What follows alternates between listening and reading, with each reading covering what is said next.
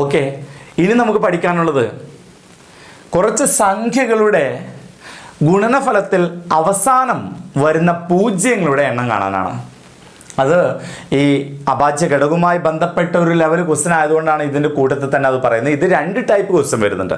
ഒന്ന് നമുക്ക് ഫാക്ടോറിയൽ വിഭാഗത്തിൽ വരുന്ന ഇത്തരത്തിലുള്ള ചോദ്യങ്ങളുണ്ട്, അത് നമ്മൾ ആ ലെവലിൽ പറയും. ഇവിടെ നമുക്ക് ഇതുമായി ബന്ധപ്പെട്ട് വരുന്ന ഇത്തരത്തിലുള്ള ക്വസ്റ്റ്യൻസിനെ കുറിച്ചാണ് പറയുന്നത്. ഇവിടെ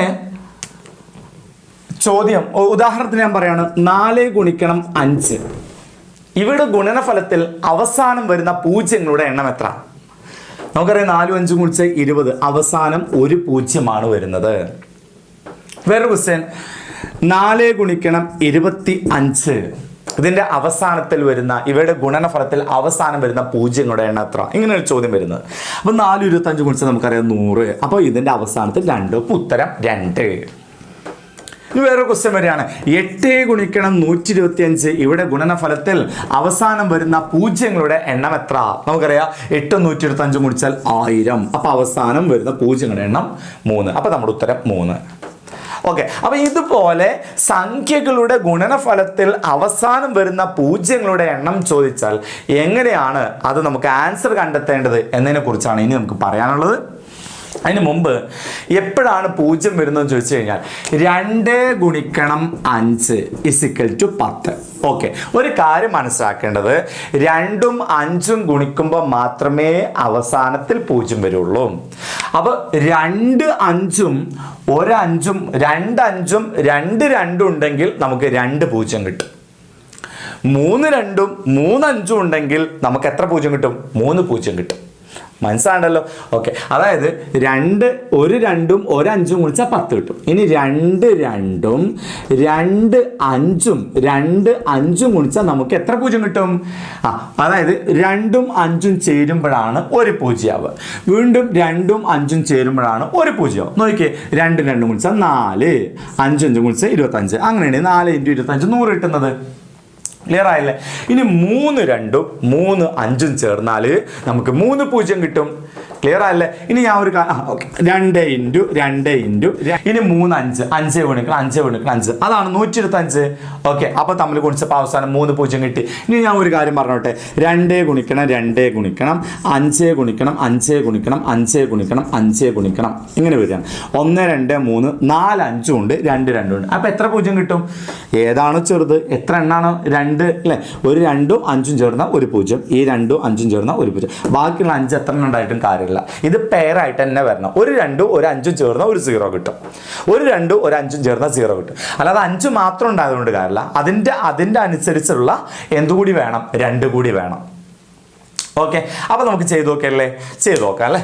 ഓക്കെ, അപ്പൊ ഇവിടെ നമ്മൾ ചെയ്യേണ്ടത് ഇങ്ങനെയാണ്. ഒരു ക്വസ്റ്റ്യൻ ഇതാണ്, 10 15 8 എന്നീ സംഖ്യകളുടെ ഗുണനഫലത്തിൽ അവസാനത്തിൽ എത്ര പൂജ്യങ്ങൾ വരും എന്നാണ് ചോദ്യം. അപ്പൊ നമ്മൾ ചെയ്യേണ്ടത് ഇതിനെ അഭാജ്യ ഘടകമാക്കി മാറ്റാം. എന്നിട്ട് അതിൽ എത്ര 2 ഉണ്ട്, എത്ര 5 ഉണ്ട് എന്ന് നോക്കുക.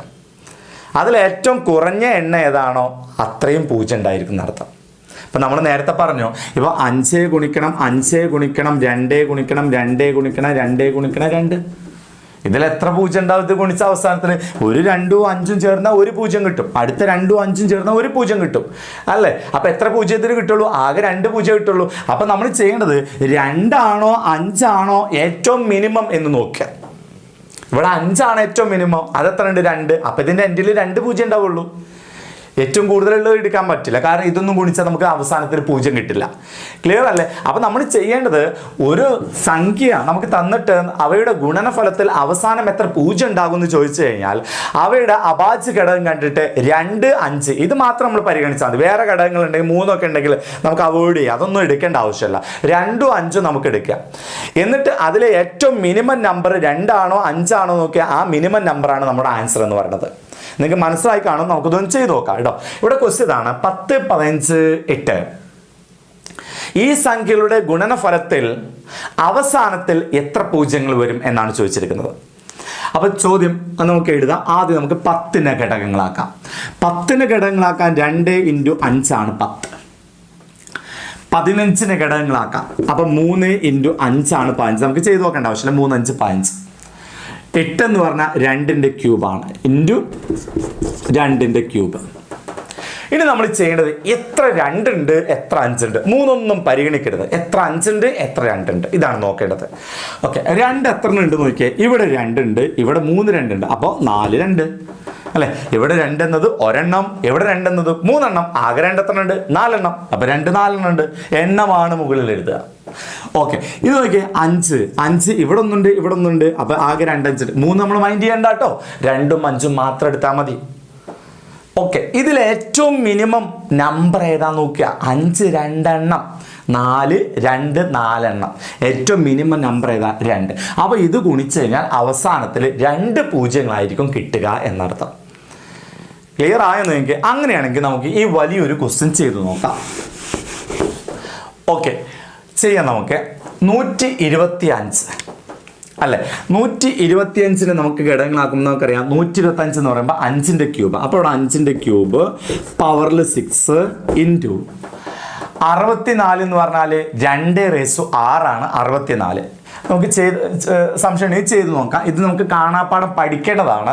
അത് നമ്മളെ ലോസ് ഓഫ് എക്സ്പൊണൻസിൽ നമ്മൾ കാണാതെ പഠിക്കും. ഓക്കെ, അപ്പോൾ 64 എന്ന് പറഞ്ഞാൽ 2�6 ആണ് 64 റേസ് ടു 12 ഇൻറ്റു 100 എന്ന് പറയുന്നത് എന്താണ്. 100നെ ഘടകങ്ങളാക്കുമ്പോൾ നമുക്ക് എങ്ങനെ കിട്ടും.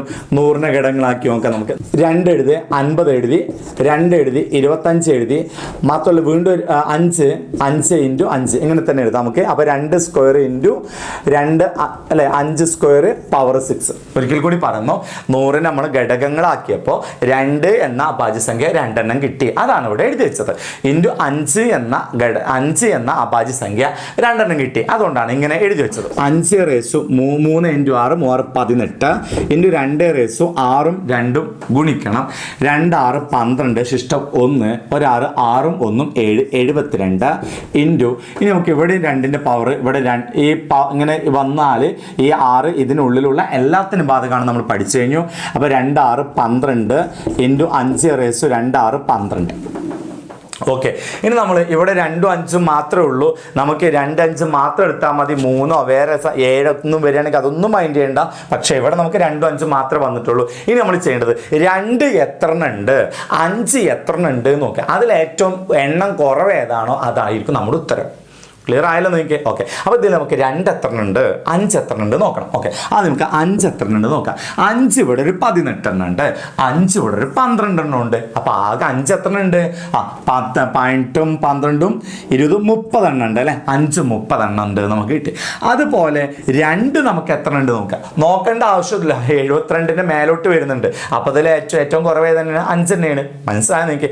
ഏറ്റവും കുറഞ്ഞ നമ്പർ ഒറ്റയടിക്ക് നമുക്ക് നോക്കാൻ പറ്റുന്നുണ്ടെങ്കിൽ അത് മാത്രം നോക്കിയെടുത്താൽ മതി. 2 എന്തിനാ വെറുതെ നോക്കുന്നത്. ഇവിടെ തന്നെ 72, പിന്നെ ബാക്കിയുള്ളത് കൂട്ടാൻ പോകണ്ട അല്ലേ. അപ്പം നമ്മുടെ ആൻസർ എന്ന് പറയുന്നത് 2 ആണോ അതുപോലെ 5 ആണോ ഏറ്റവും കുറവ് നോക്കിയാൽ മതി. 5 ആണ് ഏറ്റവും കുറവ്. എത്ര ഉണ്ട് 30. അതുകൊണ്ട് നമുക്ക് അതിൻ്റെ എൻഡിൽ 30 പൂജ്യങ്ങൾ കിട്ടും. നമ്മുടെ ചോദ്യം എന്തായിരുന്നു. 125⁻6 ഇൻറ്റു 64⁻12 ഇൻറ്റു 100⁻6 ഇവയുടെ ഗുണനഫലത്തിൽ അവസാനം വരുന്ന പൂജ്യങ്ങളുടെ എണ്ണം എത്രയാണെന്ന് ചോദിച്ചാൽ ഇതെല്ലാം കൂടെ ഗുണിച്ചാൽ നമുക്ക് അവസാനത്തിൽ 30 പൂജ്യങ്ങൾ കിട്ടും എന്നാണ് നമുക്ക് ആൻസർ കിട്ടിയിരിക്കുന്നത്. ഓക്കെ, നന്നായിട്ട് പ്രാക്ടീസ് ചെയ്യുക. കുറേ ഉദാഹരണങ്ങൾ സ്വന്തമായിട്ട് കുറേ ഉദാഹരണങ്ങൾ ഉണ്ടാക്കി നോക്കുക, ചെയ്തു നോക്കുക. Okay, thank you.